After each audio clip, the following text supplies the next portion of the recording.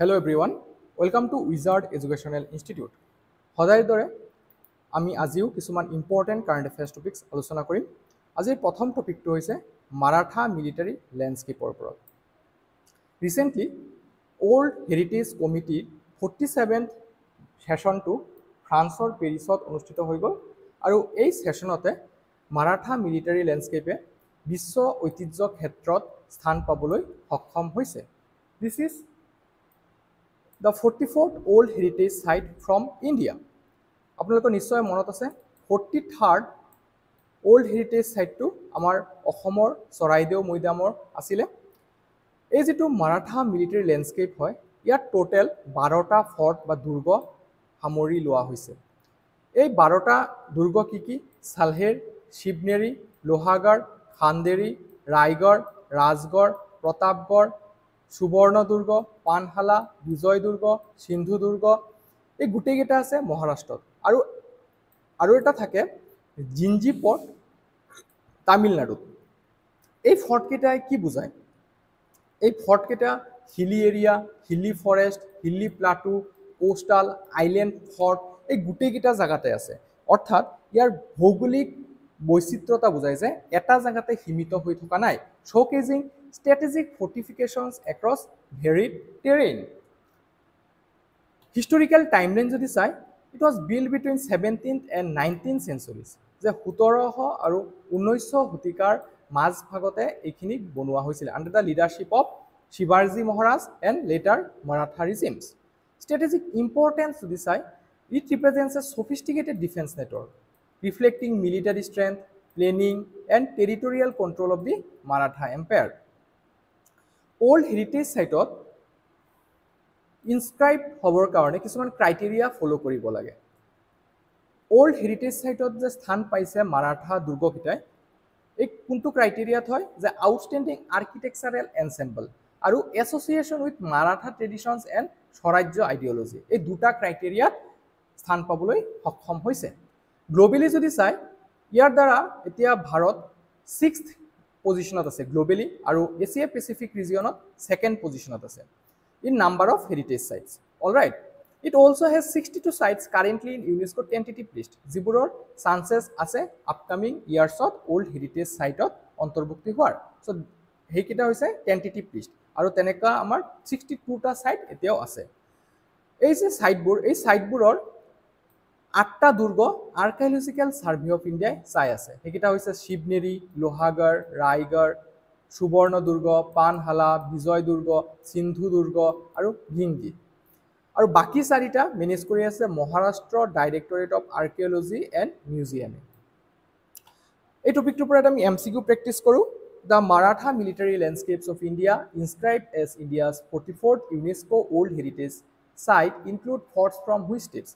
চ' কোনকেইটা ৰাজ্যত এই মাৰাঠা মিলিটাৰী লেণ্ডস্কেপবোৰ পোৱা যায়? উত্তৰটো কি হ'ব? অপশ্যন বি মহাৰাষ্ট্ৰ আৰু তামিলনাডু। মহাৰাষ্ট্ৰত 11টা আৰু তামিলনাডুত এটা দুৰ্গ পোৱা যায়। নেক্সট টপিকটো সায়েন্স এণ্ড টেকনলজি পৰ্চনৰ পৰা হয়।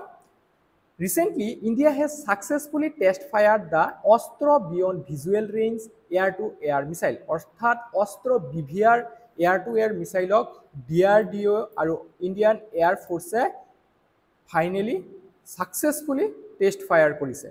Okay, the launch took place of the coast of Odisha using the Su-30 MKI aircraft. এতিয়া আমি অলপ অস্ত্ৰ বিভিআৰ মিছাইলৰ বিষয়ে জানিব যত্ন কৰিম। অস্ত্ৰ বিভিআৰ মিছাইলৰ ফুল ফৰ্মটো হৈছে beyond visual range air to air missile. ইয়াৰ ৰেঞ্জ হৈছে 100 কিলোমিটাৰৰ বেছি। It is fired from Su-30 MKI fighter aircraft. কোনে ডেভেলপ কৰিছে? DRDO defence research and development অৰ্গেনাইজেশ্যনে। অ'কে, গাইডেন্স চিষ্টেমটো যদি চাই it is indigenous radio' frequency seeker navigation and targeting system. Target type কেনেকুৱা? High speed unmanned aerial target অৰ্থাৎ ড্ৰোনবিলাকক target কৰিব পাৰে। Accuracy pin point accuracy in destroying targets at different ranges. So' এইটো accurate হয় destroying enemy drones. Strategic importance to যদি চাব যায় it boosts India's indigenous defense capabilities. এটোৰ দ্বাৰা ভাৰতৰ থলুৱা যেটো ডিফেন্স ক্যাপাবিলিটিজ আছে এটো বৃদ্ধি হ'ব। enhances India's air dominance and air to air strike capability. So ভাৰতৰ যিটো এয়াৰ ডমিনেন্স আছে আৰু air to air strike ability আছে আৰু বাঢ়িব it reduces dependence on foreign missile systems so' ইয়াৰ দ্বাৰা যে ফৰেইন মিছাইল চিষ্টেমত আমি ডিপেণ্ড কৰিব লগা নহয় ৰাইট এতিয়া এই যিটো টেবুল এইটো ভেৰি ভেৰি ইম্পৰ্টেণ্ট যিকোনো এক্সামত ইয়াৰ ওপৰত কুৱেশ্যন আহে যেনেকা মিছাইলৰ টাইপ ৰেঞ্জ আৰু প্ৰাইমেৰী ৰোল কি হয় অগ্নি মিছাইলটো যদি চাই এইটো এটা surface to surface ballistic missile হয় আৰু ৰেঞ্জটো ইণ্টাৰমিডিয়েট লেভেলৰ হয় ইয়াৰ মুখ্য ৰোল হৈছে strategic nuclear delivery then Akash মিছাইলটো ছাৰ্ফেচ টু এয়াৰ মিছাইল হয় যেটো আমাৰ অপাৰেশ্যন সিন্দুৰতে ইউজ কৰা হৈছিলে ছাৰ্ফেচ টু এয়াৰ মিছাইলটো মিডিয়াম ৰেঞ্জৰ হয় আৰু ইয়াৰ প্ৰাইমেৰী ৰোল হৈছে ফৰ এয়াৰ ডিফেন্স পৃথিৱীৰ যেটো মিছাইল এটো surface to surface ballistic missile হয় ইয়াৰ ৰেঞ্জটো শৰ্ট আৰু প্ৰাইমেৰী ৰোল হৈছে বেটেলফিল্ড সাপোৰ্ট ত্ৰিশূল মিছাইলটো ছাৰ্ফেচ টু এয়াৰ মিছাইল হয়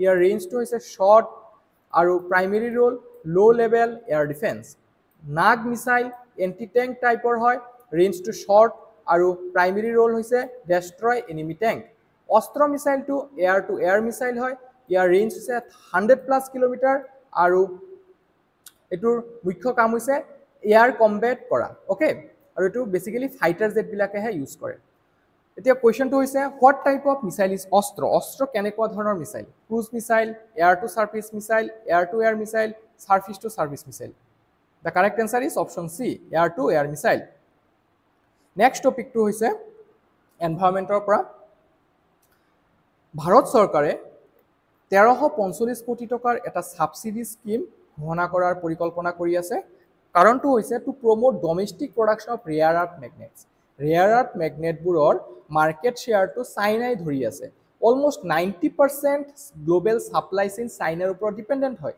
আৰু ৰিসেন্টলি চাইনাই কি কৰিছে যে এইবিলাকৰ ওপৰত বেন প্লেস কৰি দিছে যাৰ কাৰণে গ্লোবেল যেটো সাপ্লাই চেইন আছে তাত ডিসৰাপশন এটা দেখা পোৱা গৈছে ঠিক আছে This comes in response to China's export restrictions on rare earth materials threatening global supply chains. So, Bharat Sarkare je eitu launch korile, yer uddeshyo to ki hoy to reduce import dependency and build end-to-end domestic ecosystem for rare earth production.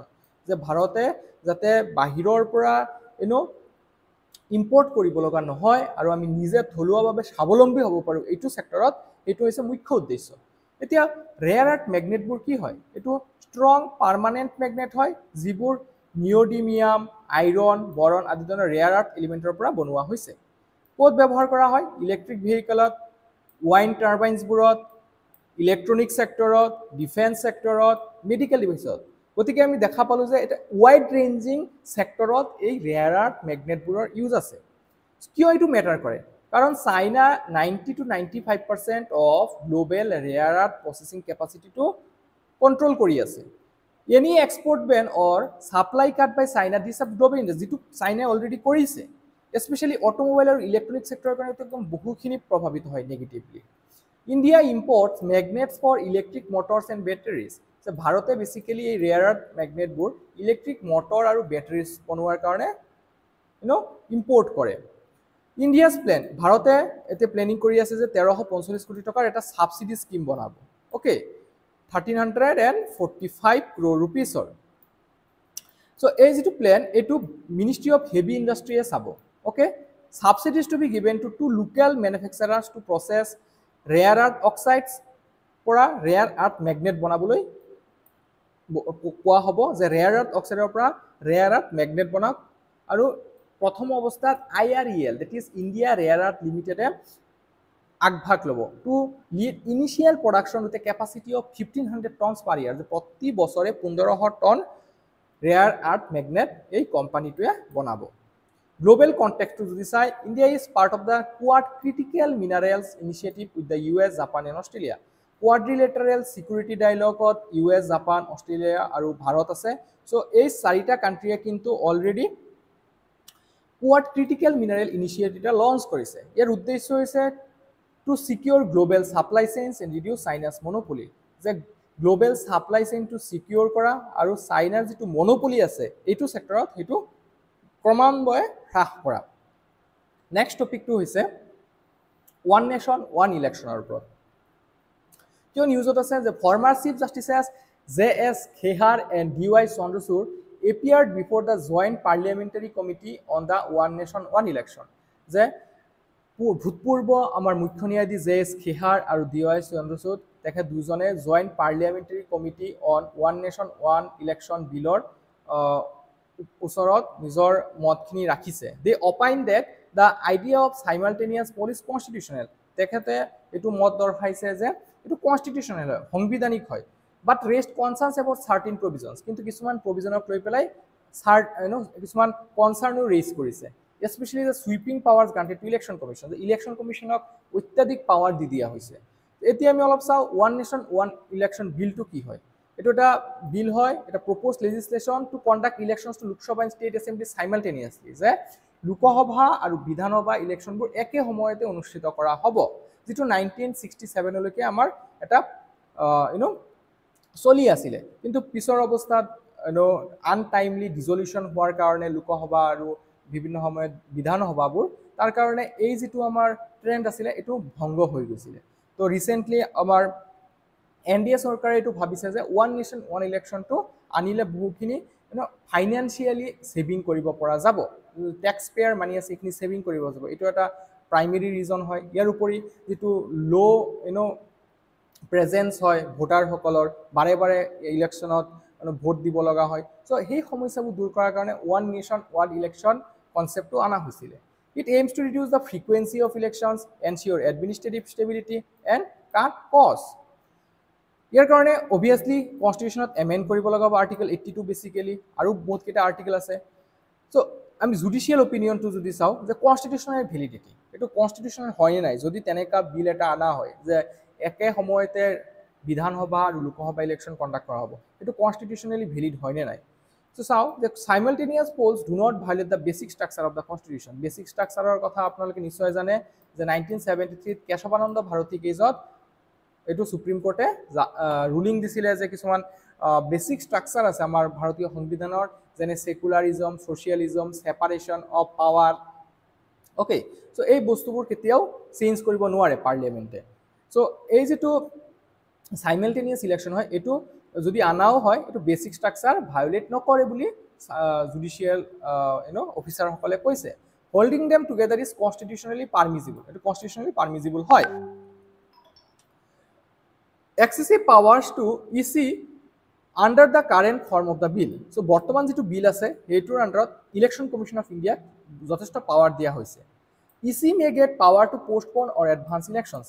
Election কমিশ্যনে বিচাৰিলে কিবা এটা election পোষ্টপনো কৰি দিব পাৰে বা আগুৱাইও দিব পাৰে। And could create constitutional uncertainty, যাৰ ফলত এটা অনিশ্চয়তা আনচাৰ্টেনিটিৰ সৃষ্টি হ'ব পাৰে। May not pass the constitutional test in its current form. So' বৰ্তমান যিটো ফৰ্মত বিলটো উত্থাপন কৰা হৈছে সেইটো ফৰ্মত এইটো কনষ্টিটিউশ্যনেল টেষ্টটো পাছ নহ'ব পাৰে বুলি তেখেতসকলে কৈছে। আদাৰ লিগেল কনচাৰ্নছ কি আছে যে কনচাৰ্নছ অভাৰ লিগেল এনফৰ্চিয়েবিলিটি এণ্ড ফেডাৰেলিজম, ভাৰতৰ যিটো যুক্তৰাষ্ট্ৰীয় প্ৰথা আছে সেইটোৰ আঘাত আনিব পাৰে এটা কনচাৰ্ণ এইটো। Then justice Chandrachud emphasises judicial review must be maintain over the EC's power. ত' ইলেকশ্যন কমিশ্যন অফ ইণ্ডিয়াক সুইপিং পাৱাৰ দিব নালাগে, বৰঞ্চ জুডিচিয়েল ৰিভিউ যিটো আছে আৰ্টিকল 13, আৰ্টিকল 32, আৰ্টিকল 226 এইকেইটা যাতে মেইনটেইন থাকে তাৰ কথা তেখেতে এডভোকেচি কৰিছে basically.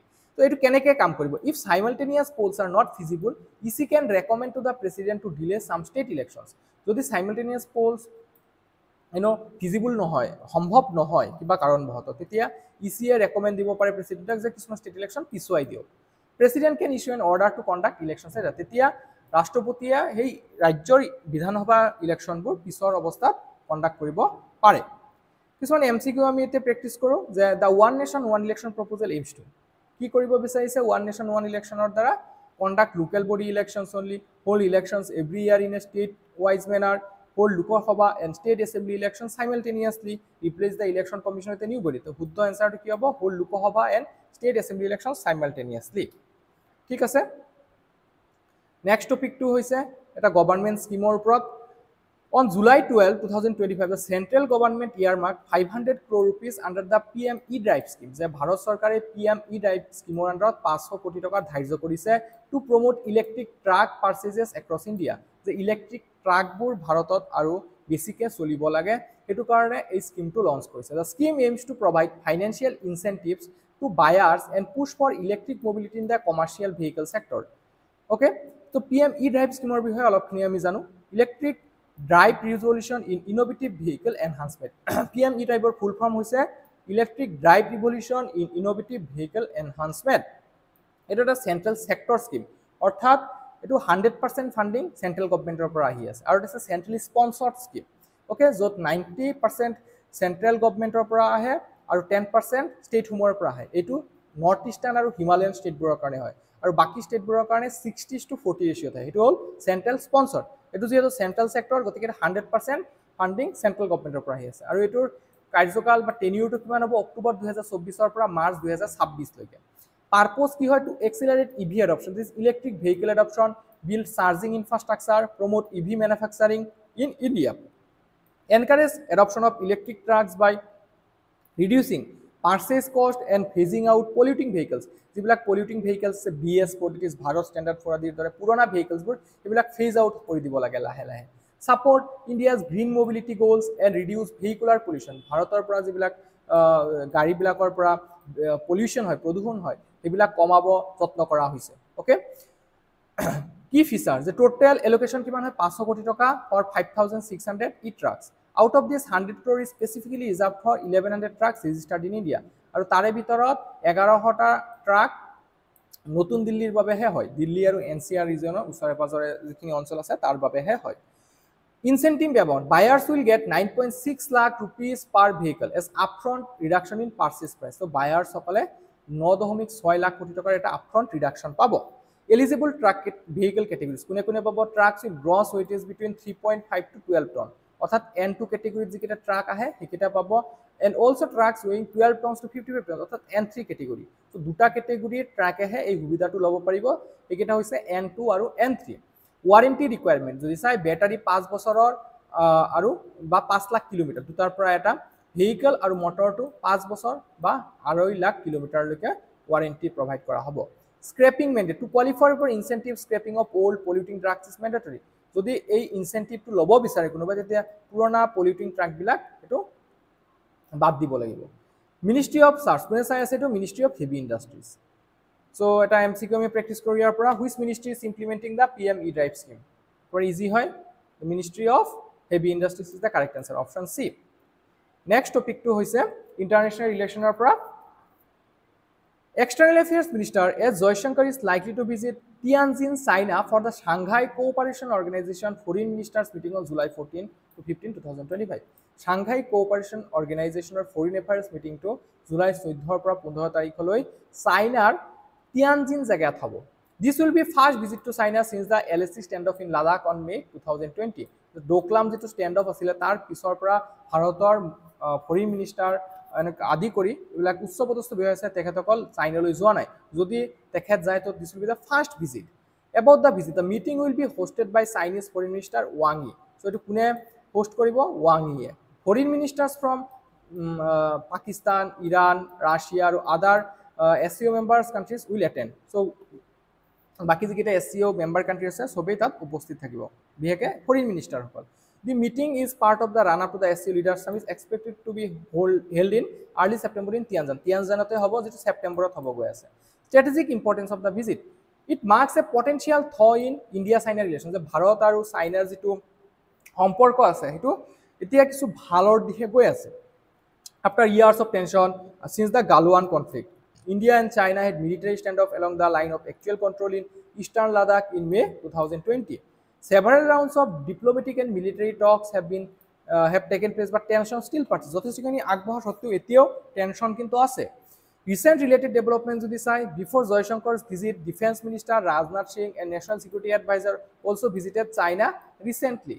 The SCO platform is being used as a channel for dialogue between India and China. So, এই যেটো প্ল্যাটফর্ম আছে এটো যদিও মাল্টিলেটারাল প্ল্যাটফর্ম এটা হয় এটো দ্বিপাক্ষিক ৰূপেও ব্যৱহাৰ কৰা হৈছে ভাৰত আৰু চাইনা এতিয়া আমি SCOৰ স্ট্যাটিক পোৰ্শন অফ চাও যে ইয়াৰ হেডকোয়াৰ্টাৰটো কোড আছে বেইজিং চাইনাত এটো কেতিয়া এস্টাবলিশ কৰা হৈছে it was founded at the Shanghai Summit in 2001 by Russia China and the Kyrgyz Republic Kazakhstan Tajikistan and Uzbekistan SCO has currently 10 members. সেটা হচ্ছে China, Russia, Kazakhstan, Kyrgyzstan, Tajikistan, Uzbekistan, India, Pakistan, Iran আৰু Belarus.